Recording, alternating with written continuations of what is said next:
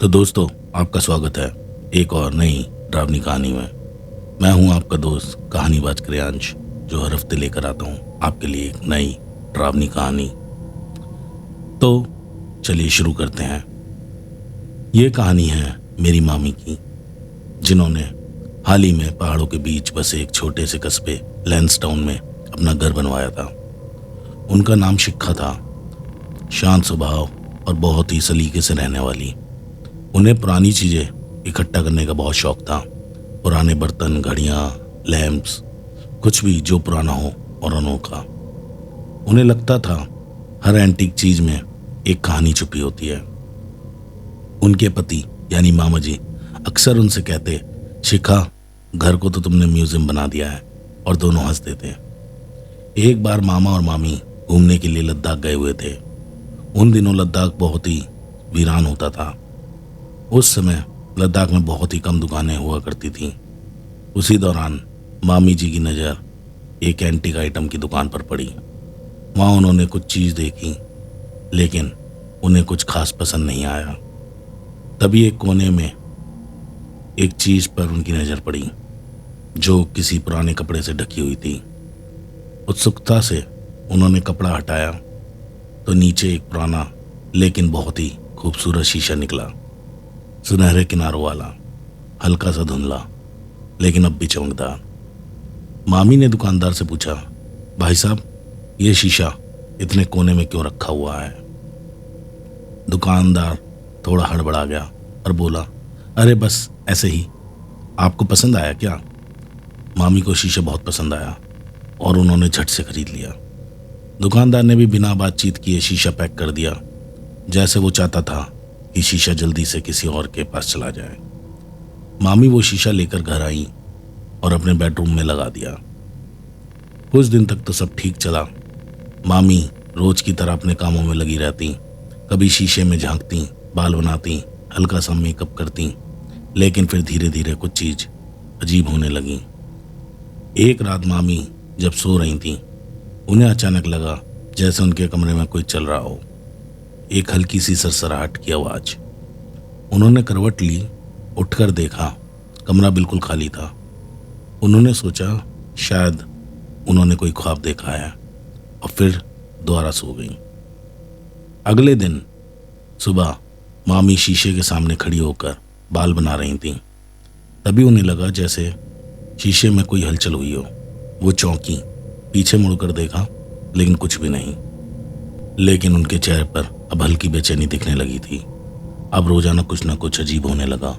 कभी शीशे के पास रखा हुआ एयर ब्रश अपने आप गिर जाता, कभी खिड़की बंद होते हुए भी अचानक ठंडी हवा चलने लगती। एक बार मामी ने साफ साफ देखा कि शीशे में कोई परछाई खड़ी है, लेकिन पलटते ही वहां कोई नहीं था।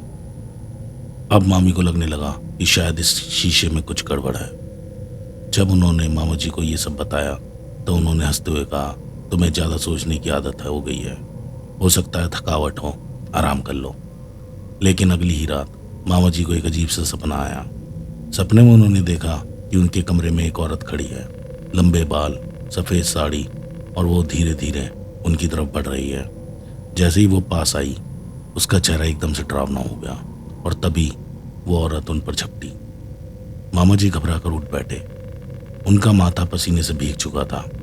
उन्हें समझ नहीं आया कि ये सपना था या कुछ और। मामा जी को पहली बार ऐसा सपना आया था, इतना डरावना, जैसे कोई सपना नहीं हकीकत हो।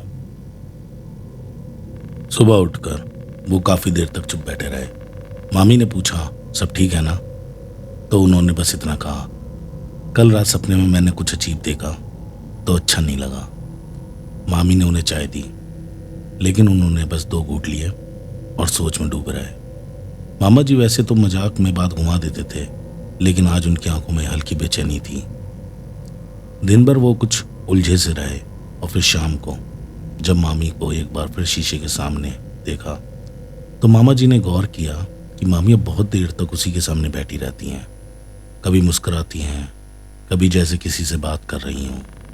उन्होंने धीरे से कहा, तुम किससे बात कर रही थी अभी? मामी ने चौंक कर देखा, फिर हंसते हुए बोली, किसी से नहीं, बस कुछ सोच रही थी। मगर मामा जी को पहली बार वो हंसी थोड़ी अजीब लगी, जैसे उसमें कुछ नकलीपन हो। अगले कुछ दिन मामी का व्यवहार और भी बदलने लगा। वो पहले की तरह लोगों से घुलती मिलती नहीं थी। घर में अगर कोई आता तो वो जल्दी बहाना बनाकर अपने कमरे में चली जाती और फिर वहीं शीशे के सामने बैठ जाती।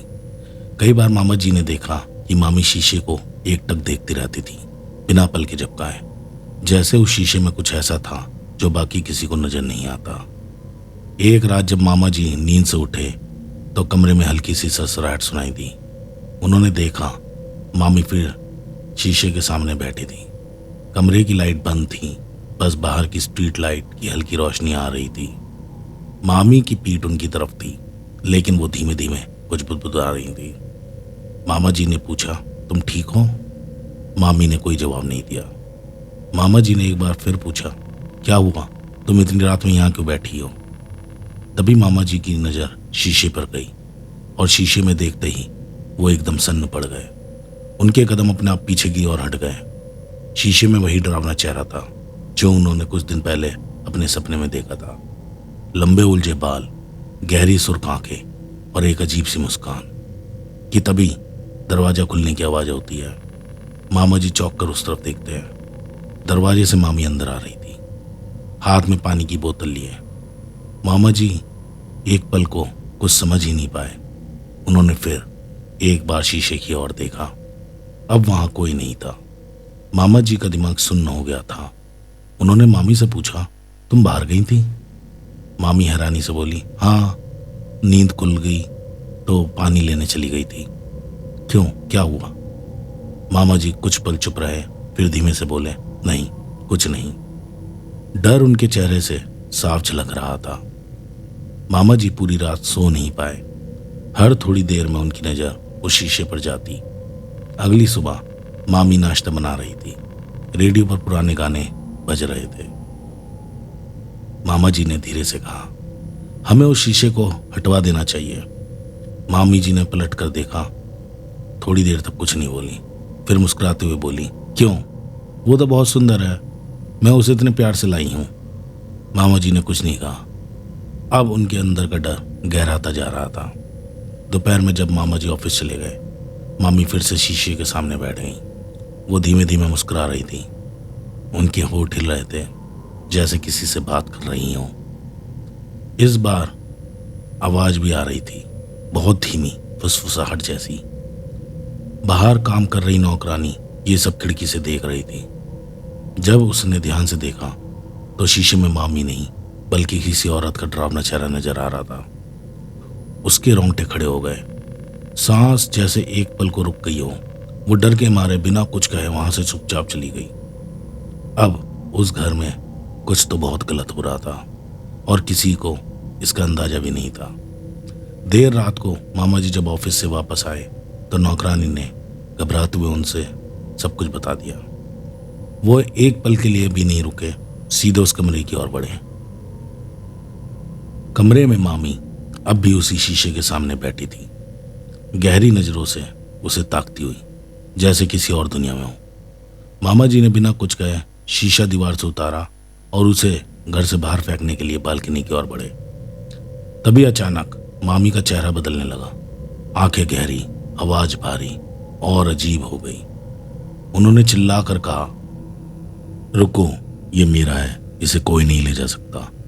उनकी आवाज इतनी तीखी थी कि पूरा कमरा जैसे कांप उठा। मामा जी कुछ पल के लिए ठिठक गए, क्योंकि सामने जो खड़ी थी वो मामी नहीं लग रही थी। मामा जी ने घबरा कर कहा, शिक्का, ये तुम क्या कह रही हो? यह सिर्फ एक शीशा है।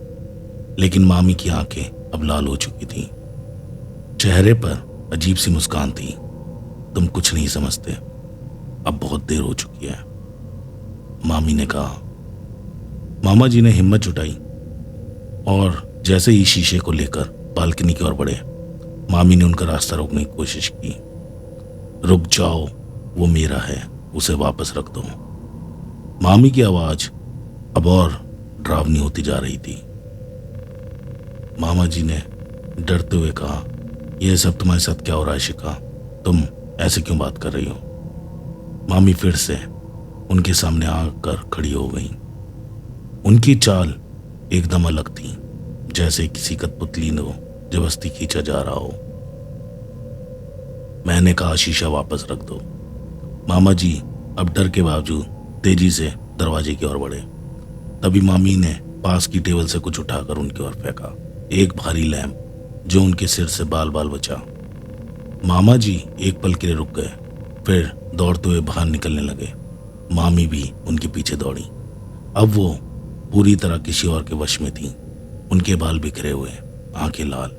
बालकनी में पहुंचते ही मामा जी ने शीशा जमीन पर पटका, लेकिन शीशा टूटा नहीं। मामी ने उनकी गर्दन पकड़ने की कोशिश की, लेकिन मामा जी ने हाथ झटककर उन्हें पीछे किया। फिर मामा जी ने बिना एक पल गंवाए शीशे को दोबारा उठाया और पूरी ताकत से घर के सामने वाली सड़क पर दे मारा। इस बार जोरदार आवाज हुई। शीशा बीच से टूट गया। उसके टूटते ही मामी जोर से चीखी और गिर गई।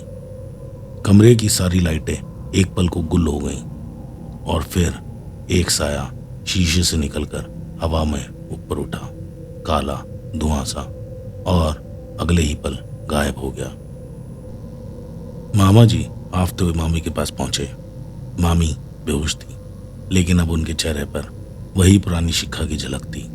और तभी घर की सारी लाइटें अचानक जल उठी।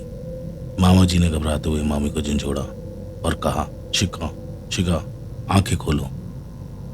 मामी की पलकें धीरे धीरे हिली। उन्होंने आंखें खोली। कुछ पल तक तो वो छत को घूरती रही, जैसे उन्हें समझ ही नहीं आ रहा कि वो कहाँ है। फिर अचानक उन्होंने मामा जी का चेहरा देखा और हल्की सी मुस्कान दी। मामी ने धीरे से पूछा, क्या हुआ था मुझे? मामा जी ने उनके माथे पर हाथ रखा और बोले, कुछ नहीं, बस तुम्हें चक्कर आ गए थे। मामी चुप रही। उन्होंने और कोई सवाल नहीं किया। लेकिन मामा जी को एक बात बहुत अजीब लगी। मामी ने एक बार भी उस शीशे के बारे में नहीं पूछा, ना ये कि वो कहाँ गया, ना ये कि उसने क्या देखा, जैसे वो सब कुछ भूल चुकी हो। अगली सुबह जब मामा जी उस शीशे को देखने नीचे गए, जिसे उन्होंने पिछली रात ऊपर से फेंका था, तो वो दंग रह गए। वहां कुछ भी नहीं था, शीशे का एक टुकड़ा भी नहीं। तो दोस्तों, ये थी आज की डरावनी कहानी।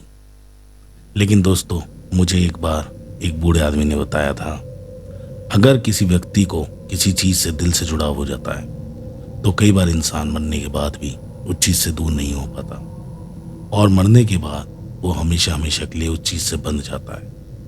चाहे वो कोई घर हो, या कोई इंसान, या फिर एक पुराना शीशा।